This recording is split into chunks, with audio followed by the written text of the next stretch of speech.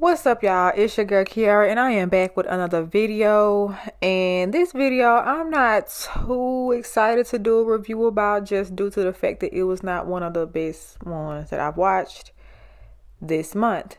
So I'm gonna try my best to watch all the movies in October, all the scary movies through the end of 2023 and onward. But I'm gonna try my best to give y'all movie reviews for all the movies that's coming out. So we got Saw X, we got Exorcist, we got Five Nights at Freddy's, we got Thanksgiving, and we got some more, but those just the ones I got right now. So this particular video, we are doing The Exorcist Believer. And now I know why they call it a believer, but we're gonna get into it. But before we get started, spoiler. Spoiler. Spoiler, spoiler, spoiler, spoiler. Okay, spoiler. Always gonna be a spoiler every time, but I feel like this one ain't really gonna spoil too much, but maybe it will. And also make sure y'all like, comment, subscribe, share all that, because I know y'all want to support your girl. And without further ado, let's get into this movie review. So the movie starts out in Haiti of a man. He's a photographer. He's taking pictures of Haiti. They're in Port-au-Prince to be exact. And they're just he's just taking pictures. Him and his wife are there. I don't know if they live there or they're just on vacation or whatever the case may be. I think they're on business. And the wife, she's very pregnant. And she's just walking around Haiti, minding her business. And then she gets swept away by this little boy. She was like, "You're so pretty, man. Let me come show you something." And the boy leads her to this group of women who pray over her baby, which is so sweet. Like, I wouldn't have wanted to get my baby prayed over in Haiti because hoodoo and all that stuff. So, but I hope it was a good blessing, some good, some good magic. And then she comes back and she was like, "Hey babe, these women they put a blessing over our baby." And he was like, "You really believe in that stuff?" Like, apparently he's very atheist. He's very like, "I don't believe in none of that." Like, they don't, no. And so she said she wants to go back to the hotel because she's tired. He stays. And then apparently like an earthquake or something happens in Haiti, and like she was at the top, like I'm like up there. So they didn't have elevators, so they would have to run down the stairs. So she was getting trampled, this and that, this and that. She gets trampled by the debris. The husband, let me get this man's name. Victor, played by Leslie Odom Jr. He runs back to the hotel. He was like, "Where's my wife? Where's my wife? Where's my wife?" He goes up the stairs, see that she is covered in all this debris, and so he grabs her. They take them to this shelter, I guess, like this place where everybody's getting medical attention from what just happened. And then the doctor comes to him and he's like, your wife is in very bad condition. We can only save your mom. We can only save your wife or your baby. Which do you choose? Me being smart, I'm like, this was my thinking. This is my thinking. And I don't know if I'm a bad person but I'm like, save the mother. You see what I'm saying? Save the mother. Because I don't know what to do with this damn baby.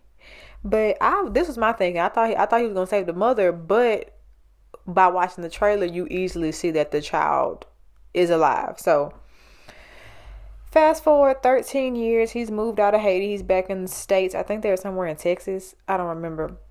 I think it was somewhere in Texas. And so Victor is now a photographer, has his own little studio. He takes like family pictures and couples pictures. He has his own little photo studio. And then the child's name is Angela. She's a 13-year-old girl going to school like any other person. And yeah. So he takes Angela to school, this and that. Angela was looking through her mom's old stuff because she wanted to know a little bit more about her. And Victor, like, that's a very touchy subject for Victor because he doesn't really like talking about his wife since the accident and all this stuff. So he drops her off at school, and then I want to say this is where she was like, "Hey, can I go over such and such's house? Something's going on." He was like, "No, I want you to be home, blah, blah, blah, blah." And she was like, oh, okay. And then he switches his mind like mid ride to the school. He was like, be home by dinner. So apparently both Angela and this other girl named Catherine, they lied to their parents. Angela said she was going with one person, and then Catherine said she was going with another person, but they didn't say, I don't know why they didn't say they was meeting up with each other. I don't know. So after school, they don't get on the bus. They end up going off into this forest and playing this little game because Angela feels like she feels like she needs to talk to her mom. And so they go off in these woods down in this little alley looking thing and they do this ritual. So after that, the girls go missing because Victor calls the parents of the person that she's supposed to be going to, and they're like, she never was here. And then Catherine's parents did the same thing, called the house like, where's my daughter? No word. And so they do this widespread search for the girls for 3 days, and then out of nowhere they get found in a barn 30 miles from the school, barefooted, like over with.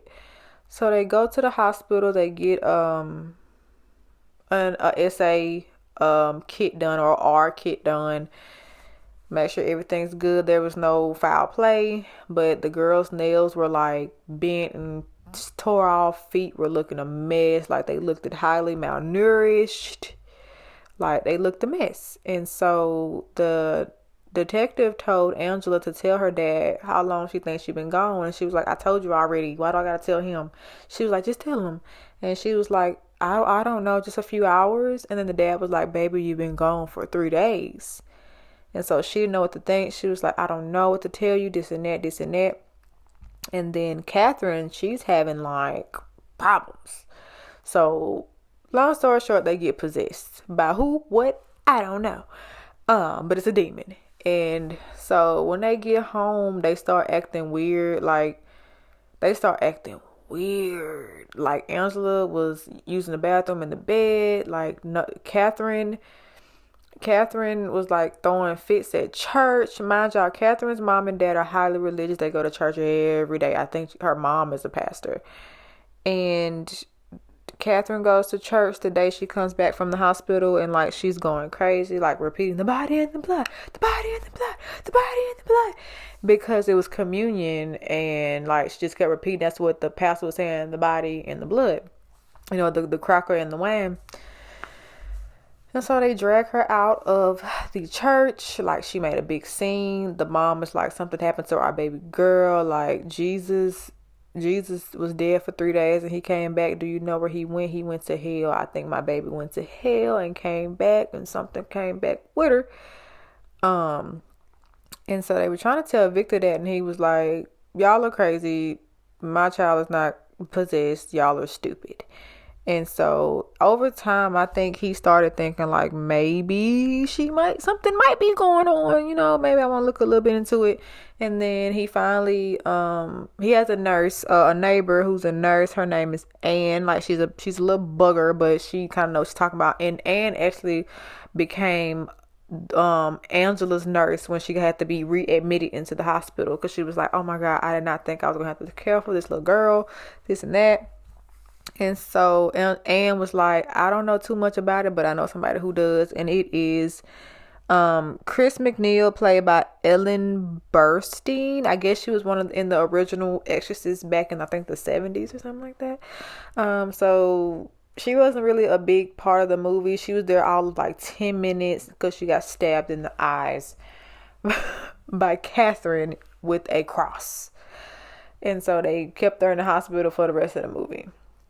And so now Victor is a little bit more open to seeing what we can do. So they called the pastor from the church. They called a priest.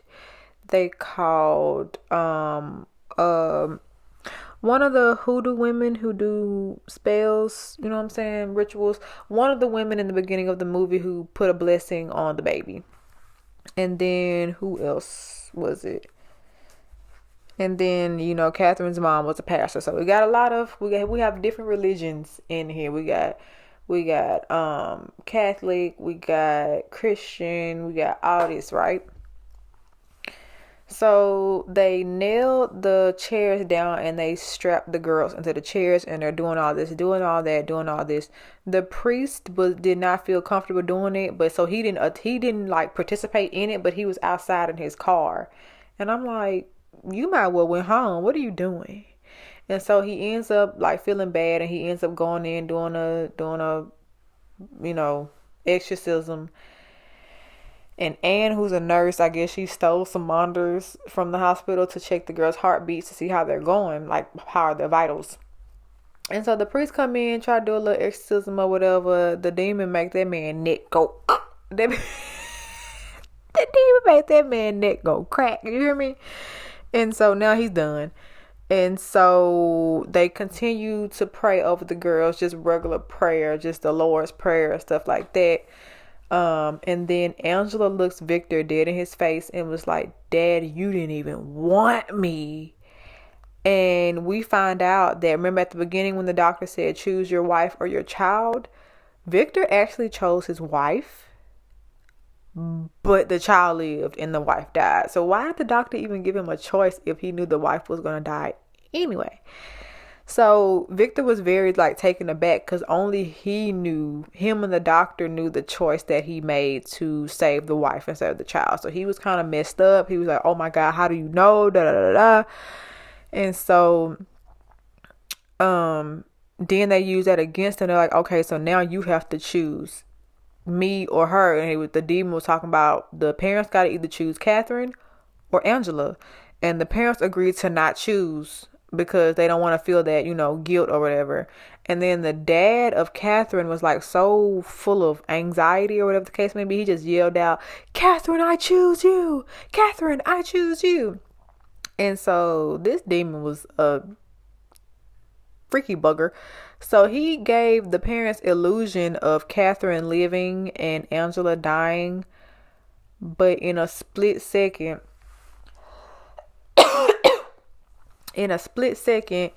Catherine dies. She was alive for that first little second. She ends up dying, and then Angela comes to life. So now it's kind of bad karma because they were supposed to agree to not choose who would die. And the dad kind of panicked and was like, I choose you, Catherine. And now their daughter is dead, and there's nobody they can blame. Nobody. And so Catherine dies, Angela lives. Catherine's parents gotta live with having their daughter die because of their actions. And that was it. I honestly could care less about this movie because it was a very confusing situation. And I'm like, what are we doing now? I'm thinking double the trouble. You know what I'm saying? Double the possessions, double the scariness, double the fun. But that was definitely not the case. I give it a 5. And that's being generous. I give it a 5. I like the storyline at the beginning to give us a little backstory of what's going on. But the actual exorcism part, mid.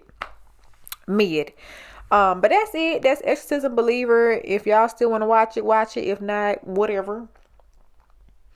My throat getting a little itchy. I need some water. So I'm going to end this video right here. Make sure y'all like, comment, subscribe, share, all that. Because I know y'all want to support your girl. And like I always say, I will see y'all in the next video. Bye, guys.